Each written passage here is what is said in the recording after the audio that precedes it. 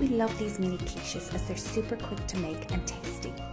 To prepare, firstly chop 5 spring onions, then deseed and chop half a medium pepper. And finally chop a handful of cherry tomatoes. Once your vegetables are prepared, mix them together in a bowl, then distribute them evenly between the muffin tray holes. Next, place 5 medium eggs in a bowl, add 2 tablespoons of milk, add 1 teaspoon of dried mixed herbs, and beat the eggs, milk and herbs together. Pour the egg mixture over the vegetables in the muffin tray, and then bake them in the oven for 10 to 15 minutes or until puffy, light brown and the eggs are set. You can serve the mini quiches with potatoes and your favourite vegetables, and they also make great finger foods if weaning. We hope you enjoy our mini quiches.